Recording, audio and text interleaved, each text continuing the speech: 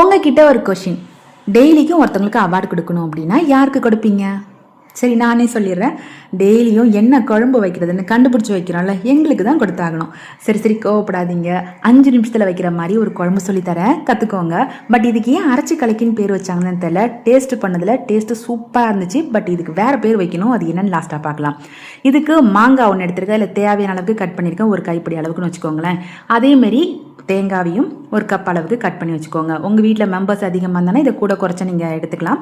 3 பச்சை மிளகாய், ஒரு கொத்து கருவேப்பிலை, ஒரு 1/4 டீஸ்பூன் ஜீரகம், கொஞ்சம் கல் உப்பு, எல்லாத்தையும் அப்படி மிக்ஸி ஜாரில் மாற்றிக்கோங்க.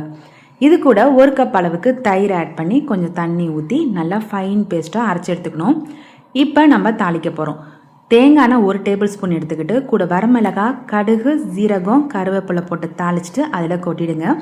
கார்னிஷிங் கொஞ்சம் கொத்தமல்லி. இதை டேஸ்ட் பண்ணும்போது அப்படியே மோர் குழம்பு போல இருக்கு. ஸோ இதுக்கு இன்ஸ்டன்ட் மோர் குழம்புன்னு பேர் வச்சிடலாமா? சரி, இந்த இன்ஸ்டன்ட் மோர் குழம்ப சீக்கிரமா பண்றதுக்கு டைம் பார்த்தீங்கன்னா 3 to 5 minutes தான் ஆகும். ஸோ ட்ரை பண்ணிட்டு எப்படி இருக்குன்னு சொல்லுங்க.